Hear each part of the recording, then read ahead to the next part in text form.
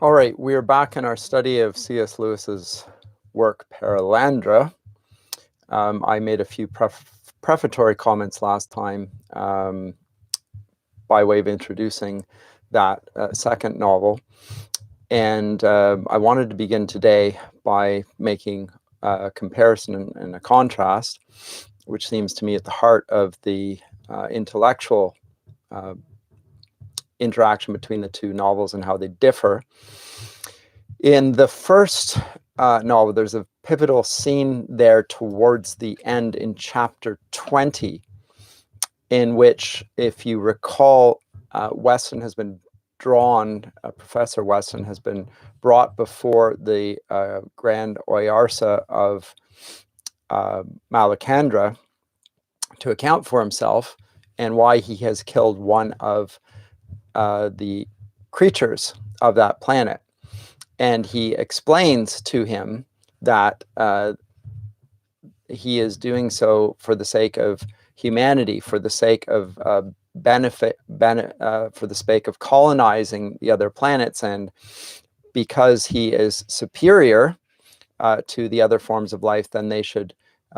It doesn't matter if they should be sacrificed to him, and he is leaning on this.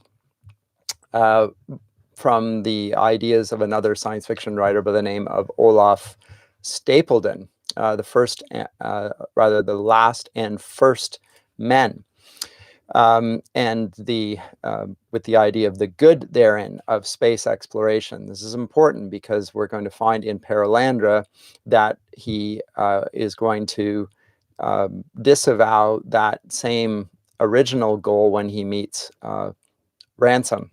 In the context of Perelandra or Venus. But I'll just read a few extracts from this, and I think you'll see some of the continuity nonetheless. And what we will see in both cases are expressions of ideas that are to be found in the scientific community of Lewis's own day, and Lewis is implicitly fronting them in his novels and answering them in the form of a fictional narrative within the context of a different form of science fiction. So Weston says that life is greater than any system of morality. Her claims are absolute. It is not by tribal taboos and copybook maxims that she has pursued her relentless march from the amoeba to man and from man to civilization. One of his quotes. And what to give a little synopsis of what he says here, that ultimately this is what justifies him doing what he had done, is that life is the purpose of advancing life, namely and specifically human life, has justified him in doing what he has done. And the Oyarsa comments on this, again, chapter 20. It is well that I've heard you, said Oyarsa, for though your mind is feebler, your will is less bent than I thought. It is not for yourself that you would do all this. No, said Weston proudly in Malacandrian, me die, man live. And Oyarsa's comment on this is, it seems to me, thick one, that what you really love is no completed creature at all, but rather the very seed itself. For that it is all that is left. He appeals to the human race and to begetting and so forth, but really he loves no particular human even. He's even willing, if you recall, to sacrifice Ransom. So it's not man as an individual, it's man the species, but when it boils down to it, it's just something that is, as Oyarsa describes here, as something like the seed, the principle of the thing. And then the comment from Oyarsa is telling here, because this is I think a definitive statement of where Weston stands vis-a-vis Christian truth here. He says this, I see now how the Lord of the silent world has bent you. There are laws that all now know, of pity and straight dealing and shame and the like, and one of these is the love of kindred. He has taught you to break all of them, except this one, which is not one of the greatest laws, This one he has bent till it becomes folly, and has set it up, thus bent, to be a little blind Oyarsa in your brain. And now you can do nothing but obey it, though if we ask you why it is a law, you can give no other reason for it than for all the other and greater laws which it drives you to disobey. Do you know why he has done this? Me think no such person. Me wise. New man. No believe all that old talk. I will tell you. He has left you this one because a bent now can do more evil than a broken one. He's only bent you, but this thin one who sits on the ground, he is broken. He's referring to divine here. For he has left him nothing but greed. But this man, Weston, he has left bent rather than broken, and he can do more evil. Why more evil? Because he still holds on to a good, but only one good, and that is life for the sake of life. So that is the Weston that we meet on planet Malacandra in Out of the Silent Planet. That is not the Weston that we're going to meet in Perelandra. Now, Perelandra, as I was saying last time, draws us in through a rather different beginning than we saw in the at the outset of Out of the Silent Planet, which drew upon First Men in the Moon for its sort of a backdrop, its clothing, the plot design, more or less. What we find in Perelandra, on the other hand, is drawn from another work of science fiction. And this one is from Sir David Lindsay's Voyage to Arcturus. And I wanted to mention that rather briefly here because I think it's somewhat interesting. It opens, Voyage to Arcturus, I'm assuming that you haven't read it, with a drawing room seance. And there are two veterans there. One's name is Nightspore and the other's name is Maskell, Maskull. And they witness two ethereal visitors, which we see sort of replicated in Lewis's work when he has the Eldila there. And one of these visitors is killed by the other, calls himself Craig, and Craig tells the men to meet him in a deserted Scottish observatory, and they find vials of what are called back rays, by which light returns to its source. And then they get in a crystalline ship piloted by this figure of Craig, and the rays of light allow them to travel to Arcturus, which is a double star. And then Maskell looks out and finds his companions gone. So now he is on his own. Now this more or less is the trajectory or the plot design which we've just observed in Perelandra. That's the means by which Ransom has now come to the planet of Perelandra. And in that, this is where Lewis will depart from Lindsay, but at the same time, there are still some interesting comparisons, contrasts could be made. Lindsay questions the nature of evil and what makes good men like Maskell kill.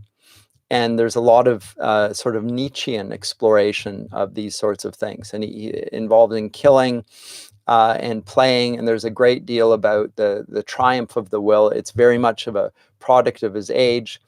And Lindsay is committed to the absolute in the same way that we sort of see in mentioned in Out of the Silent Planet, the absolute good of the will. And so forth. It's quite a fascinating novel in its own right. Lewis is using it. He finds it again interesting and compelling in some ways because he uses it once again as a backdrop. But he is going to contradistinguish his own view and vision with that. And so there we go with that. I just thought I'd mention Sir David Lindsay's Voyage to Arcturus because I think it's important. I want to go through in this lecture the passage from whence we see Ransom talking to the Green Lady. We'll deal with that. And then latterly, we'll deal with and conclude with the exchange between Ransom and Weston,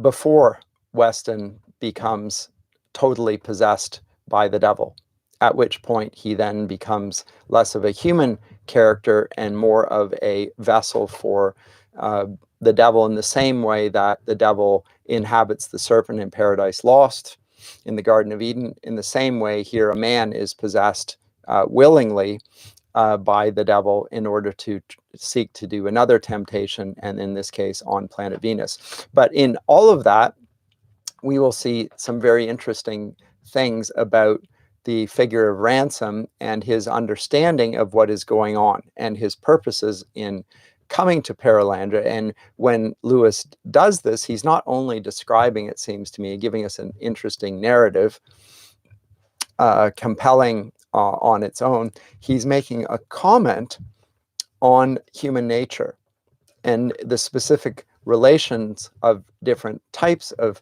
human nature, or competing visions of human nature that he finds amongst his contemporaries, but also there in Christian theology. And he's going to juxtapose the one to the other and show how one has legitimacy and how the other is a competing presentation that is, in some sense, bankrupt, but more particularly is spiritually extraordinarily dangerous. So let me begin by slightly questioning or going back over some of the old ground. Note that when Lewis first encountered, remember we begin with Lewis as a sort of a protagonist in his own novel, who's going to meet Ransom. When he is there, he feels the presence of the Eldila, and is questioning what has brought him there, and is to some degree terrified by this, and is questioning Ransom's story to him because it seems thoroughly implausible. But then he thinks to himself, just like we see Uncle Andrew in the magician's nephew. It's not Uncle Andrew. It's the other. Gosh, I can't remember his name now. But he says that, but he's thoroughly sane. Everything he says is rational. And so there's this tension there. And yet he feels a sense of hostility in the presence of the Elderland. Now, all of these things are awakening to us an idea of a moral, spiritual reality that is superior to ours, and thereby saying something about human nature itself. And the thing it's saying about human nature is that human nature is sinful and fallen, and thereby revealing something that is, I think, the only doctrine of the Christian faith which is empirically verifiable. And I'm not the originator of this thought. I can't recall who it was, but it's certainly true. You can empirically verify the existence of original sin in all human beings. But this is particularly emphasized in Lewis's account. And he does so in order to pull apart and demonstrate to us the significance of his own character, that is Ransom, and his awareness of how his own habits of mind and tendencies of reaction, response to things need to be trained or habituated towards the good and not simply towards the culture of his day.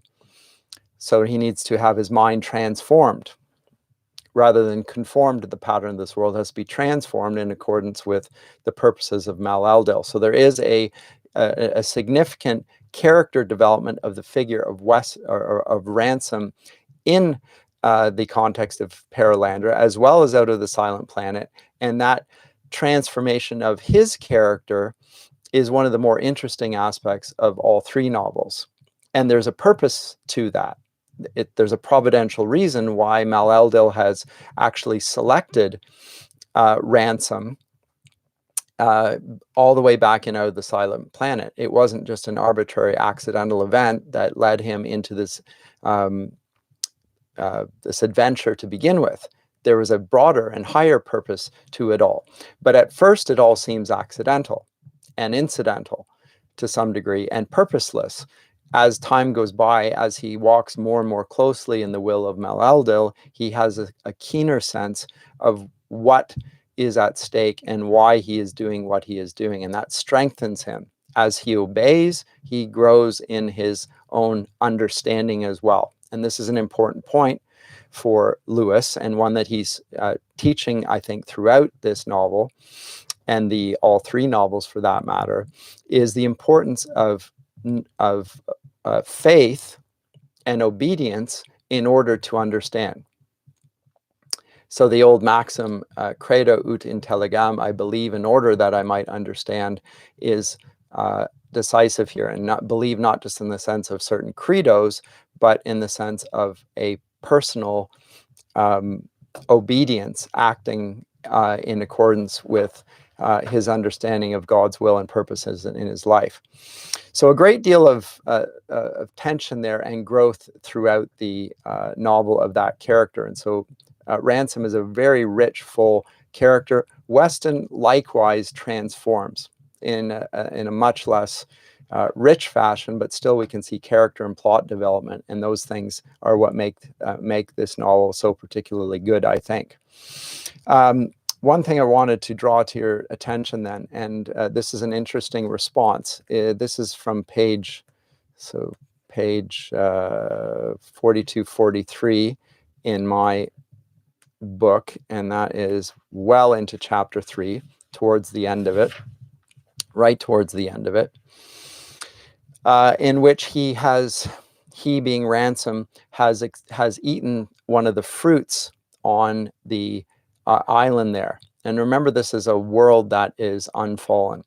And he says the fruit of this, just the taste, is so extraordinarily rich and delightful that he can't even describe it. He says it was like the discovery of a totally new genus of pleasures, something unheard of among men, out of all reckoning, beyond all covenant.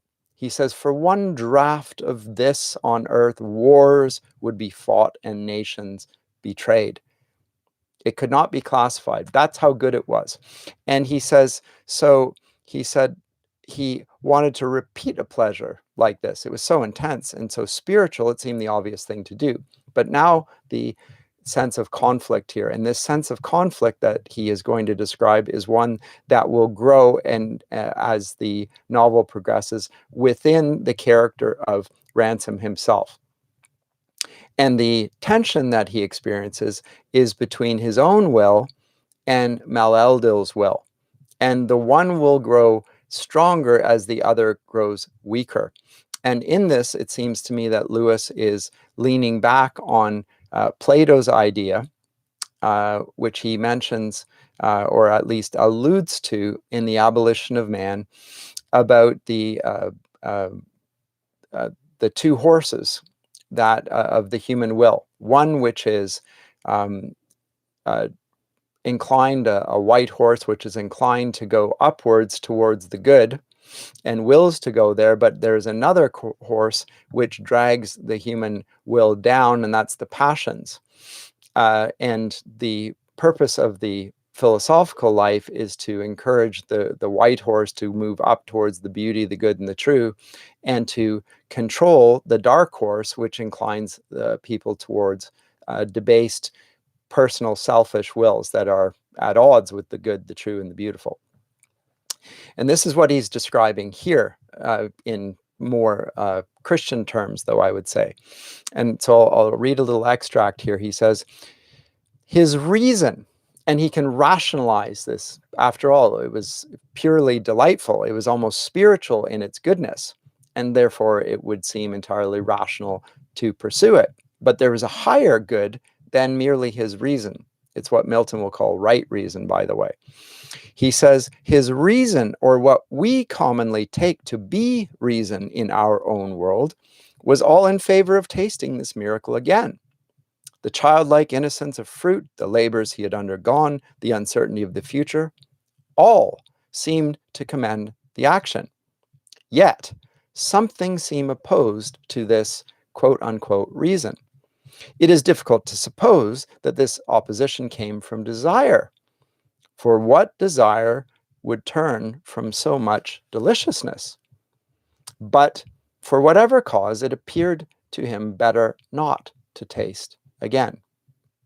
Perhaps the experience had been so complete that repetition would be a vulgarity, like asking to hear the same symphony twice in a day. Now, he's not being very clear or precise in his explanation for that, and that's because at this point he's reflecting the mind of the character himself. He's not quite so sure why he ought not to do this, but he has a sense that he ought not, and he obeys that voice, the voice of conscience, a sort of a moral sense of perhaps I ought not, but I can't explain why, and nonetheless I'm going to do it. Now that sense of moral purpose within himself, which he ought to obey, as the novel progresses, grows ever more strong as he obeys it. He becomes more and more clear on the goodness of doing so and the rationality in doing so. But note that his reason could take him in either direction.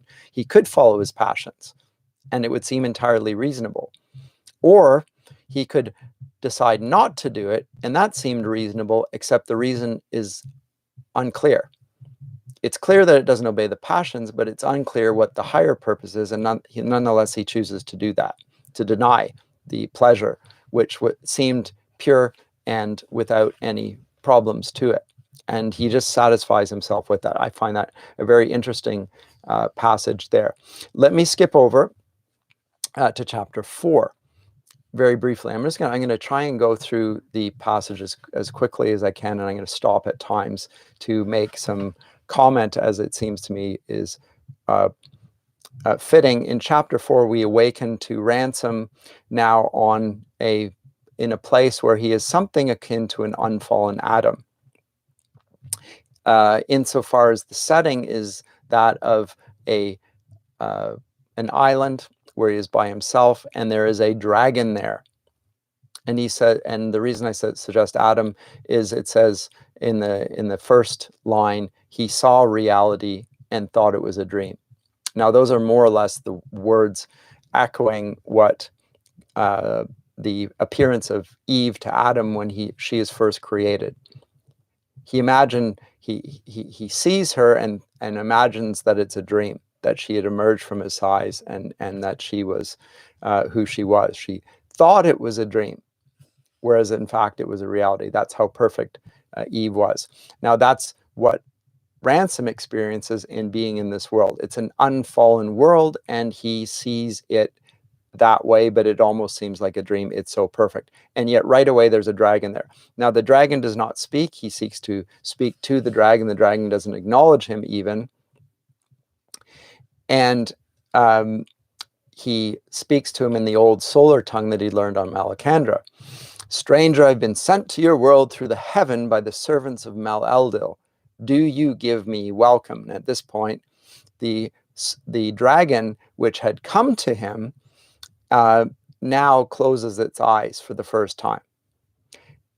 Interesting. Why is this? Now we have to speculate on it.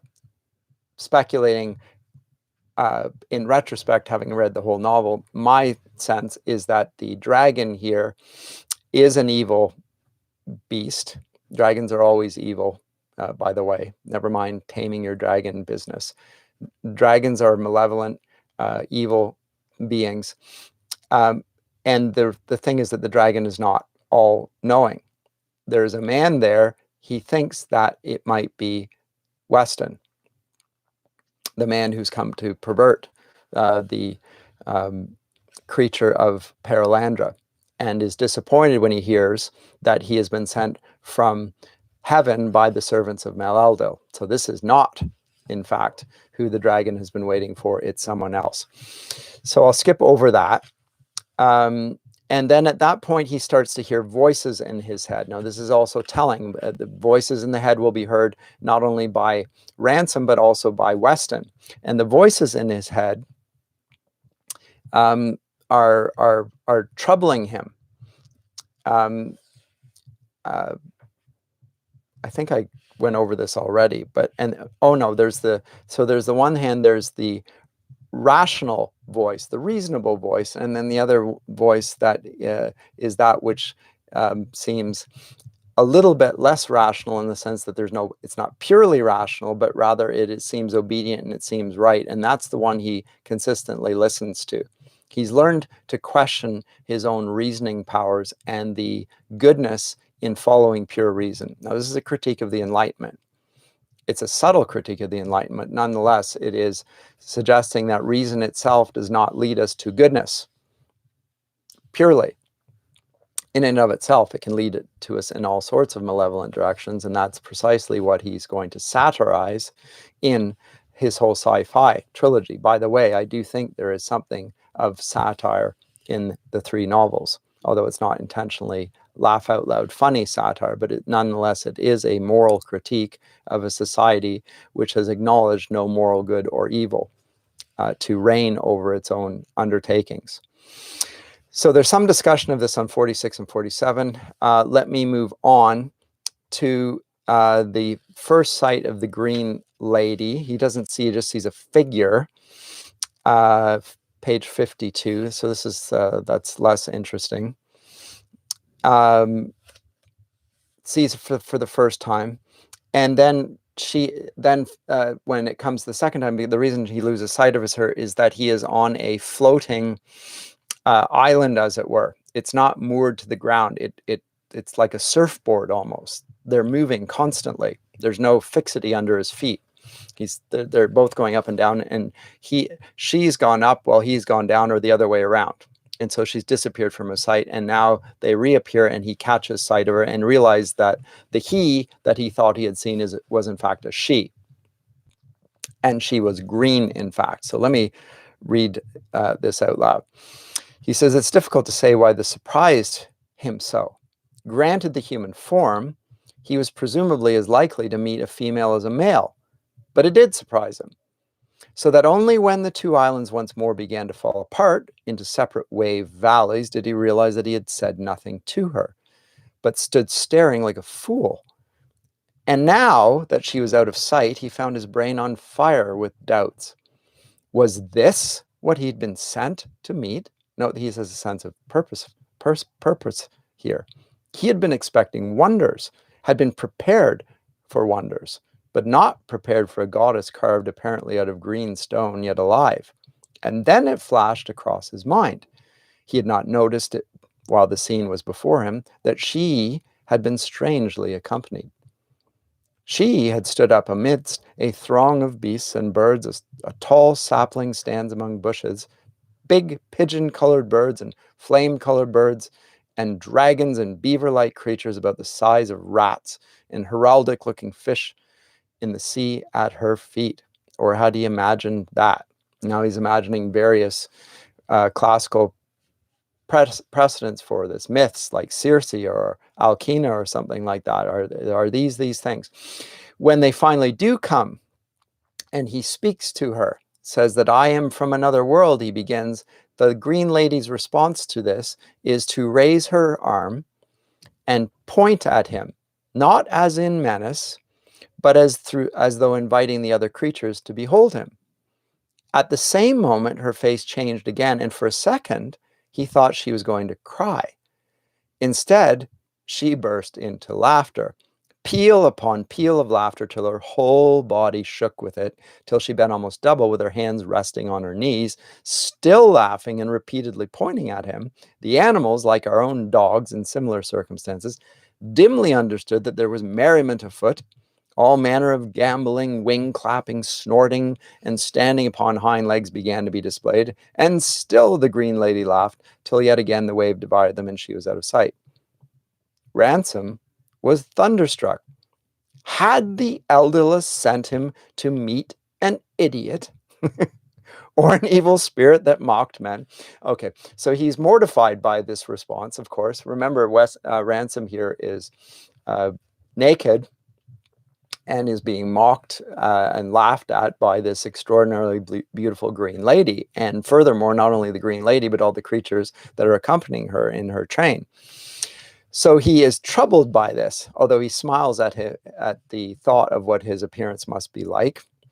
And then there's an interesting discussion here about human nature. And again, all of this, to me, interest, the continuing and abiding interest of Perelandra in all the books are discussions of what human nature is, and the different approaches to understanding it that differentiate Ransom and Lewis's own presentation from that of the prevailing scientific view, which are presented in various guises under the auspices of different creatures.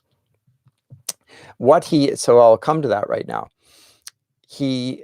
On the ancient, he says, a curious and rather horrifying sensation crept over him. This is page 56.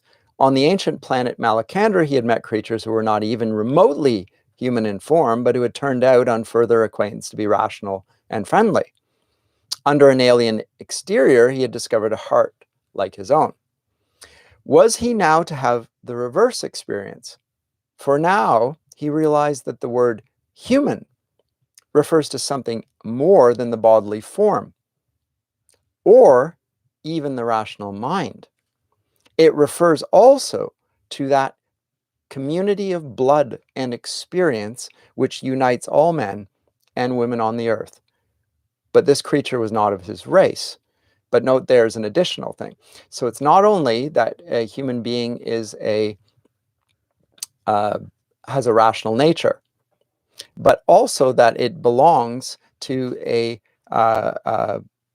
community of blood and experience and unites all men and women on earth. So there is a sense of man, not just man, but men, the plurality of human beings, part of human nature.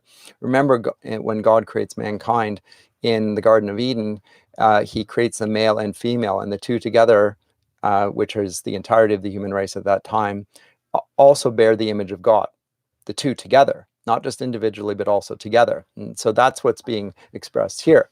Really important. So the individual, we've seen already in the first novel, he establishes the importance of an individual person, the integrity, the fact that a person bears the image of God, even as an individual, and therefore is not to be treated the way Weston treats them, as something to be discarded for the purposes of advancing life.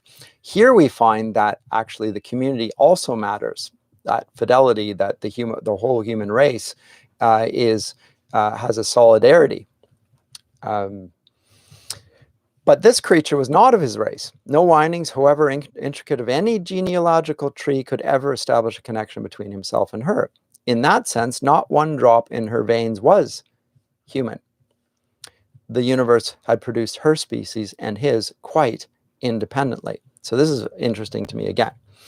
So now they begin with the dialogue, and the dialogue then becomes very interesting to me, and I'm going to delve into it a little bit here. It begins on 57, but she begins, he says to her, stranger, or he says, I am a stranger, rather. I come in peace. Is it your will that I swim to your land? The green lady looked quickly at him with an expression of curiosity. What is peace? She asked.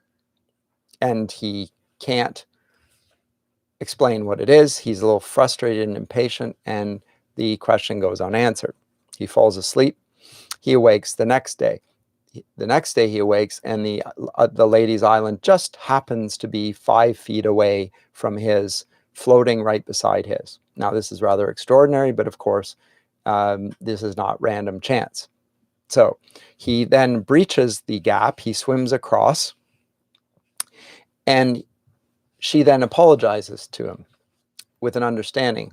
She says, I was young yesterday, she began, but he did not hear the rest of her speech.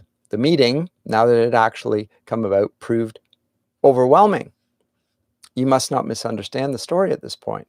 What overwhelmed him was not in the least the fact that she, like himself, was totally naked. Embarrassment and desire were both 1,000 miles away from his experience.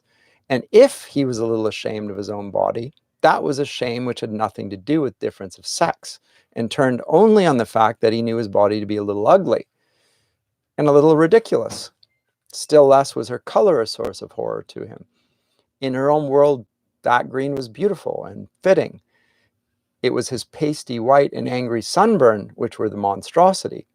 It was neither of these. But he found himself unnerved. He had to ask her presently to repeat what she was saying. I was young yesterday, she said, when I laughed at you. Now I know that the people in your world do not like to be laughed at. She's drawn that from his response. You say you were young? Yes. Are you not young today also? She appeared to be thinking for a few moments so intensely that the flowers dropped, unregarded from her hand. Now, that little touch, that little detail, that happens in Paradise Lost in Book 9 as well. If you want to go back to the account in Paradise Lost, at a few points, the picking of flowers, the dropping of flowers, there's something of innocence that is dropped away. But the innocence that is dropped away here as a veil is not a consequence of sin. It's a consequence of experience. There's a and this is one of the things that's interesting here, is that we have an encounter, and I would encourage you to read Book 9 of Paradise Lost again, as well as Lewis's preface to Paradise Lost if you want helpful comments. But although I will make the references myself here in the portrait of Eve and Adam of planet Perelandra for your benefit as well. But he is going to talk and do something different here, because it is another temptation. There is a devil. There is but what we have here in Perelandra, which we do not have in Paradise Lost, is someone who will come alongside the woman to aid her and support her and allow her to resist the temptations of the devil. And that person is Edwin Ransom. And he does not know it yet at this stage. He will come to know it very soon. But he says, she says, I see it now. She dropped the flowers. Something of her innocence is gone. Innocence/ignorance. She said, I see it now. It's very strange to say one is young at the moment one is speaking. She has a sense of time. She's developing a sense of time. She had not had a sense of time before. Everything was the present moment. Every day was a day that she was walking in God's will, Mal-Eldil's will, and they were undifferentiated in that sense. She was she, Mal-Eldil was who he was, and every day was in the sense it was all good. And so there was no sharp distinction, or there was no sense of purpose or desire on her part to think in chronological terms. And because chronological terms are those that are enforced upon us by mortality. Mortality is what compels us to think in terms of time as something that we need to economize, to measure, to control, and to govern. It's a means of governance. But she says this, tomorrow I shall be older, and then I shall say I was young today. You are quite right. This is great wisdom you are bringing, O piebald man. What do you mean? This looking backward and forward along the line and seeing how a day has one appearance as it comes to you, and another when you are in it, and a third when it has gone past, like the waves. But you are very little older than yesterday. How do you know that? I mean, said Ransom, a night is not a very long time. She thought again, and then spoke suddenly, her face lightening now. I see it now. You think times have lengths.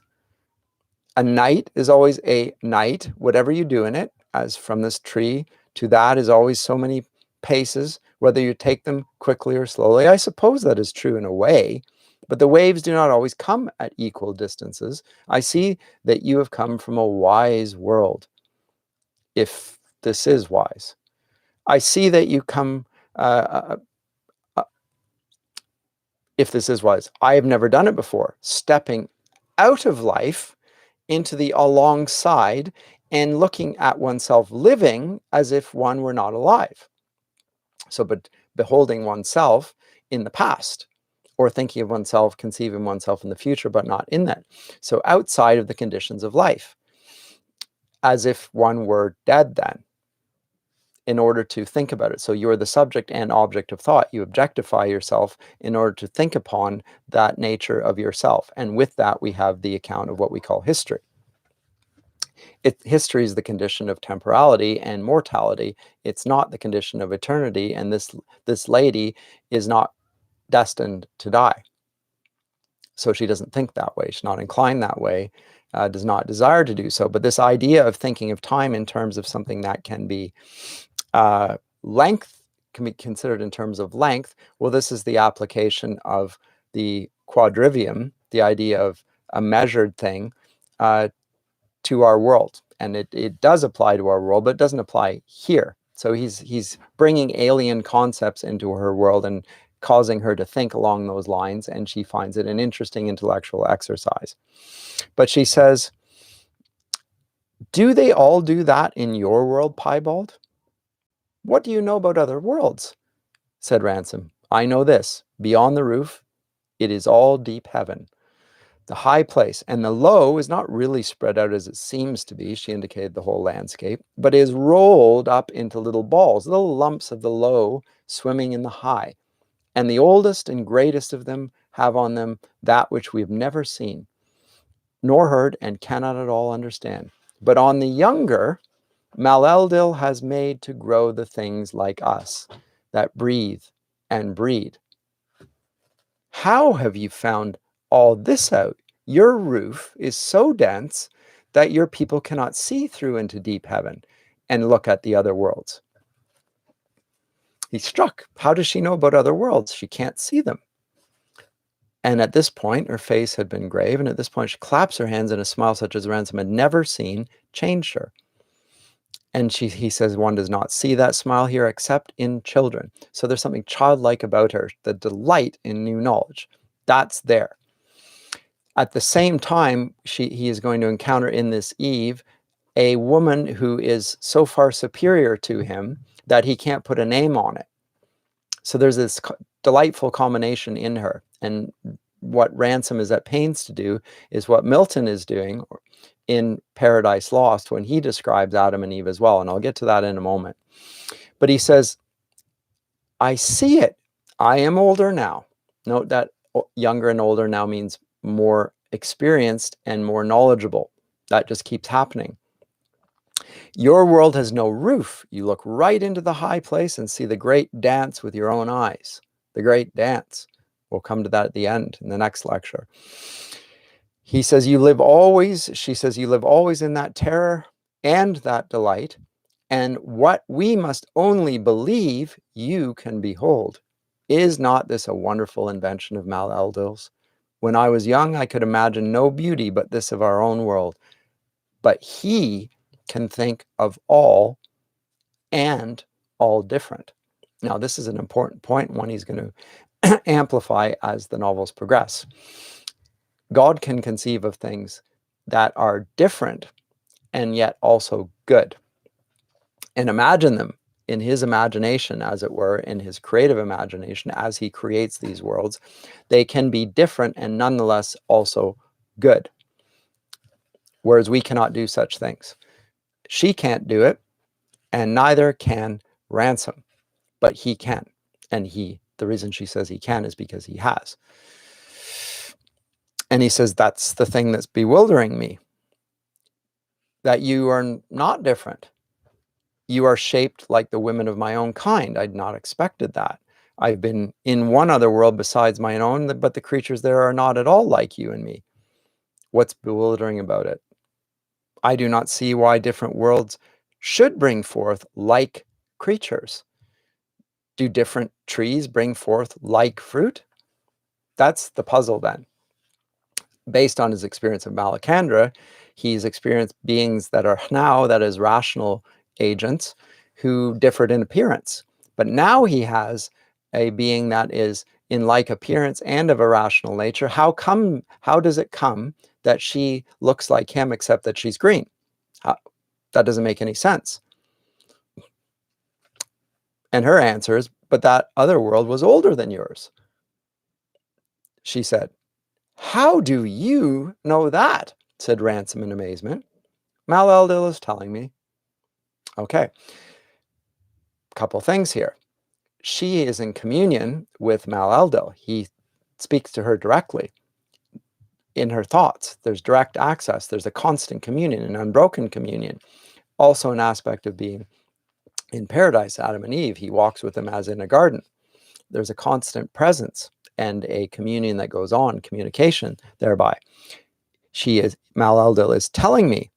And as she spoke, and this is interesting because now we get signs of the presence of Mal-Eldil, as she spoke, the landscape had become different, though with a difference none of the senses could identify.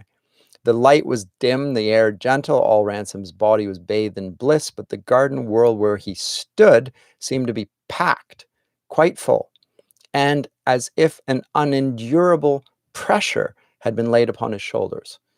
His legs failed him, and he half sank, half fell into a sitting position. It all comes into my mind now, she continued. I see the big furry creatures and the white giants. What is it that you call them? The Sorns and the blue rivers. Oh, what a strong pleasure it would be to see them with my outward eyes, to touch them. And the stronger because there are no more of that kind to come. It is only in the ancient worlds they linger yet. Why? Said Ransom in a whisper, looking up at her. You must know better than I, she said. For was it not in your own world that all this happened? All what? I thought it would be you who would tell me of it, said the woman, now in her turn bewildered. What are you talking about? Said Ransom. I mean, she said, that in your world, Mal-Eldil first took himself, this form, the form of your race and mine. You know that, said Ransom sharply. Those who have had a dream which is very beautiful, but from which nevertheless they have ardently desired to awake, will understand his sensations. Yes, I know that Mal-Eldil has made me older to that amount since we began speaking. The expression on her face was such as he had never seen, and could not steadily look at. The whole of this adventure seemed to be slipping out of his hands. There was a long silence. He stooped down to the water and drank before he began again. Oh, my lady, he said, why do you say that such creatures linger only in the ancient worlds? Are you so young? She answered. How could they come again? Since our beloved became a man, how should reason in any world take on another form? Do you not understand? That is all over. Among times there is a time that turns a corner, and everything this side of it is new. Times do not go backward. And can one little world like mine be the corner? I do not understand. Corner with us is not the name of a size. And do you, said Ransom with some hesitation, and do you know why he came thus to my world? All through the conversation, he found it difficult to look higher than her feet, so that her answer was merely a voice in the air above him. Yes, said the voice, I know the reason, but it is not the reason you know. There was more than one reason, and there is one I know and cannot tell to you, and another that you know and cannot tell to me. The Incarnation had a different purpose for fallen mankind than it does for an unfallen species, such as the Green Lady. Another world, it has another reason. It's a reason that she cannot explain to him, and he to her, because the purpose and meaning of it is not merely a rational explanation, it's one that's purposeful and meaningful and applied to them. And after this, said Ransom, it will all be men? You say that as if you were sorry. I think, said Ransom, I have no more understanding than a beast. I do not know well know what I am saying. But I love the furry people that I met in Malacandra, that old world. Are they to be swept away? Are they only rubbish in the deep heaven?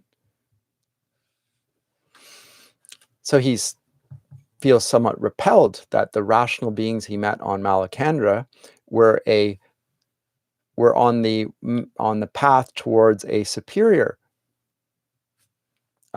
race, the human race, and now the race that is on Perelandra that is built in the image of God, likewise, which she bears.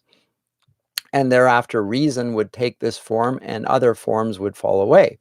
He finds this repugnant. Why? Because it seems to be purposeless to him. It appears to resemble evolution, and that he finds that repugnant. I'm reading into it there, but He says, I do not know what rubbish means.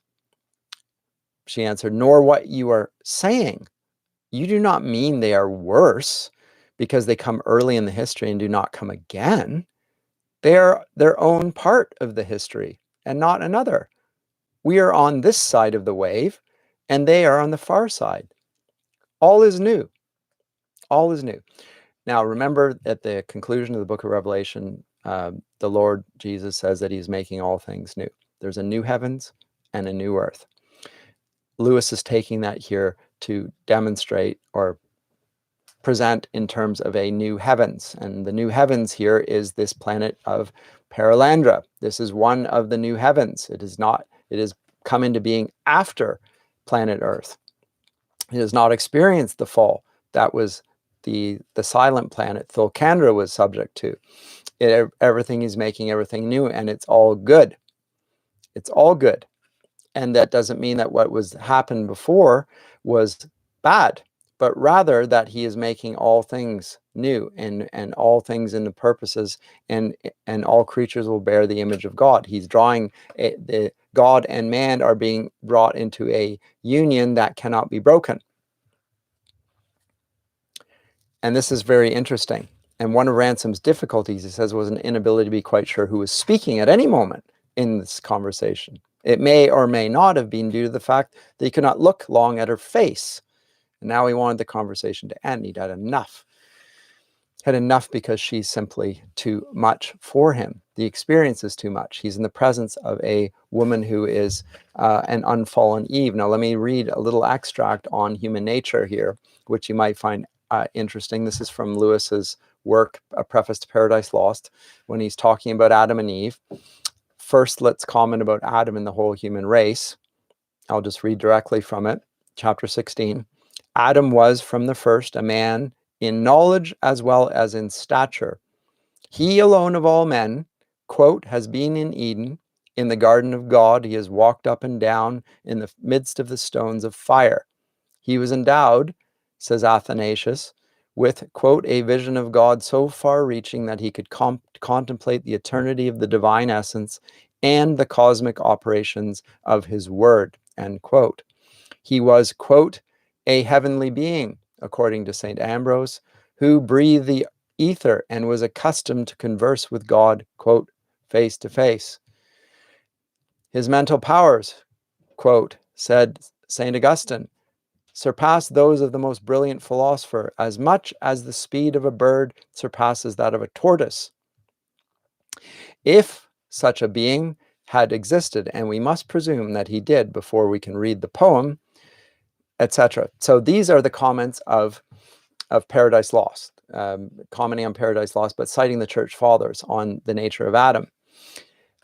Adam is, in other words, a great man, a man with not only in terms of his stature, but in terms of his knowledge. He has this enormous knowledge. Now, the king that the Green Lady will refer to has a similar sort of knowledge. He is superior to her in that sense.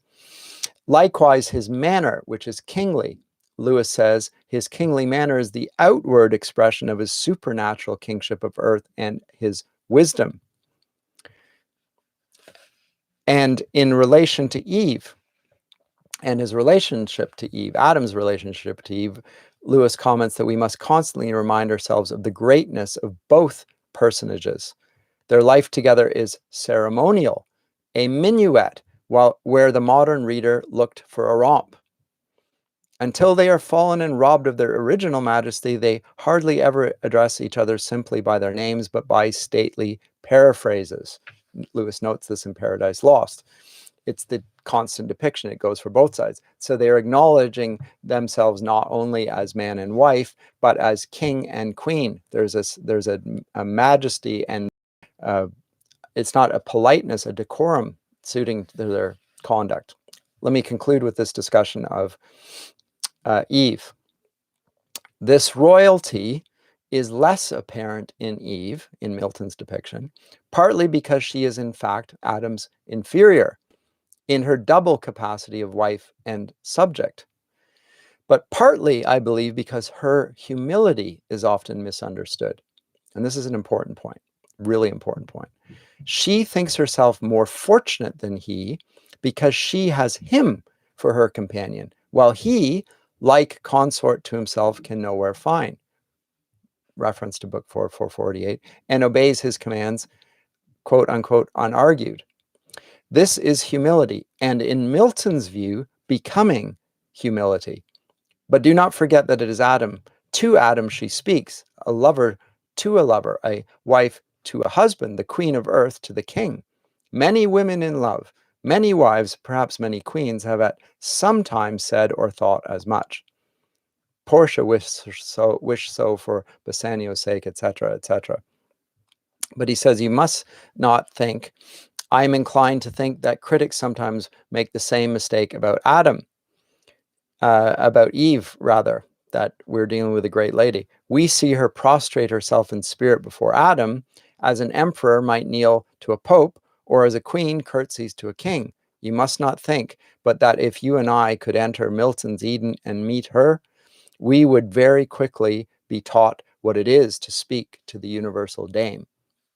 Even Satan, when he has said that she's not terrible, is constrained to add, quote, though terror be in love and beauty not approached by stronger hate. So there's something majestic about Milton's Eve, which is replicated in Lewis's portrait of the Green Lady here. There's something that is almost inexpressible, a combination of features, but this combination is only to be understood when we see something of her great humility and at the same time her majesty, the meekness of the humility and the majesty of the same lady. Let me carry on a little bit here, and then I'll stop this. And I realize that I've gone on at some length, and I will break and then pick it up and for a third part. Ransom notices that the beasts in your world seem almost rational, and her comment is, we make them older every day. Is that not what it means to be a beast? We see another aspect here of Eve. Eve is now acting the dominion mandate, which is given in Genesis, to be fruitful and multiply and fill and subdue the earth. This is what they're doing. It's the cultural mandate. She is going to domesticate the animals, help them to become better animals. They'll become more obedient to her, and the animals will be happier for that reason. They're not hostile towards her. They love her. They see an authority. He says in her face, there was an authority, in her caresses, a condescension, which by taking seriously the inferiority of her adorers, made them somehow less inferior. Raised them from the status of pets to that of slaves. So it's her treatment of them which is condescension on her part, but elevates the creatures. Now, this is the exact antithesis to the modern environmental movement, which seeks to create an equal relationship between human being and nature by pushing human nature down into the status of being equivalent to non-rational nature, and going to preserve the planet for that distinct purpose in the name of an equivalence between man and the natural world. Lewis observes that the right relation is for us to take care of the planet and take care of the creature and seek to bring them up rather than to bring ourselves down. And education, likewise, is the bringing up of people and not bringing down of people. But that gets into his work, The Abolition of Man. I'll say more than that. Let me finish off with these observations. He says, look here, just to further identify the two of them. Look here, said Ransom, you must have had a mother. Is she alive? Where is she? When did you see her last? I have a mother, said the Green Lady. She says, what do you mean? I am the mother. And once again, there fell upon Ransom the feeling that it was not she, or not she only, who had spoken. No other sound came to his ears, for the sea and the air were still. A phantom sense of vast choral music was all about him. The awe with which her apparently witless replies had been dissipating for the past few minutes returned upon him. I do not understand, he said. Nor I. Only My spirit praises Maleldu, who comes from the deep into this lowness and will make me to be blessed by all the times that are rolling towards us. It is he who is strong and makes me strong and fills empty worlds with good creatures. If you are a mother, not yet, she said. Who will be their father? The king. Who else? But the king, had he no father? He is the father. You mean that you're the only two of your race? Yeah, okay, so now he's figured it all out. What then comes in turn is the fact that when she says, greet your mother, in return, she realizes that she is not, that Ransom is not her equal. He thought she had treated him as a foreign dignitary, a king. Now he realizes that Ransom is not the king and father of his world. And he says, greet your lady and mother when you return to your own world. And he says, I can't, because she's dead. And the woman says, with heavy irony, I think, given what is about to ensue, the temptation, the consequences of a fall, I wonder, said the woman, if you were sent here to teach us death. You don't understand. He said, it's not like that. It's horrible death. It has a foul smell. Mal-Eldil himself wept when he saw it.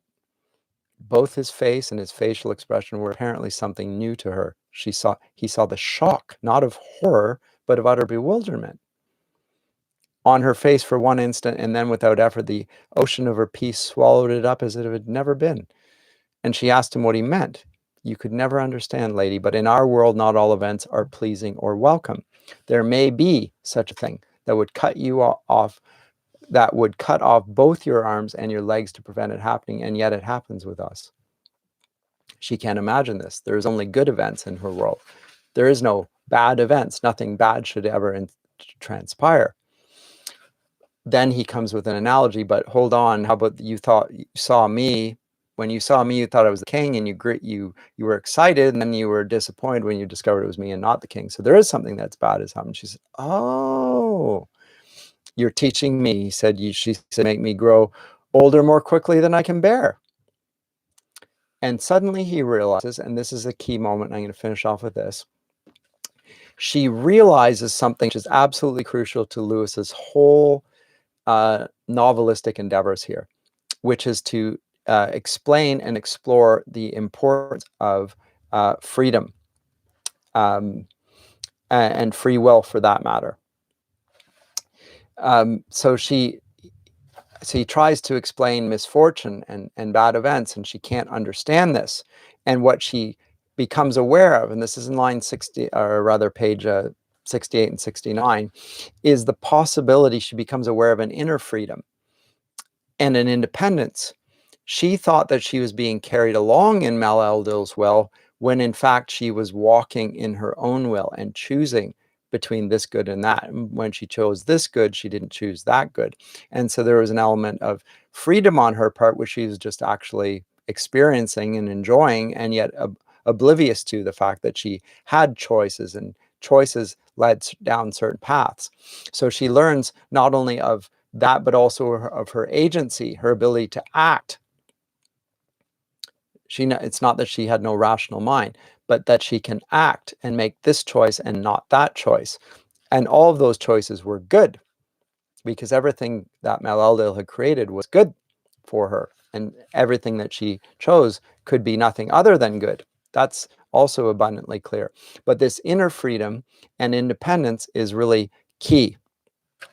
And he says, but this is terrifying to Ransom. And the reason why is because he sees, despite her great strength, there's a fragility, there's in Milton's word, she is sufficient to stand, though free to fall. And so he says this: there's no reason why a man on a smooth road should lose his balance on a bicycle, but he could. There was no reason why she should step out of her happiness into the psychology of our own race, but neither was there any wall between to prevent her doing so. The sense of precariousness terrified him. But when she looked at him again, he changed that word to adventure. And then all words died on his mind. But her summary is that I thought all along I had been being carried, and behold, I was walking. You've helped me to see that, she says.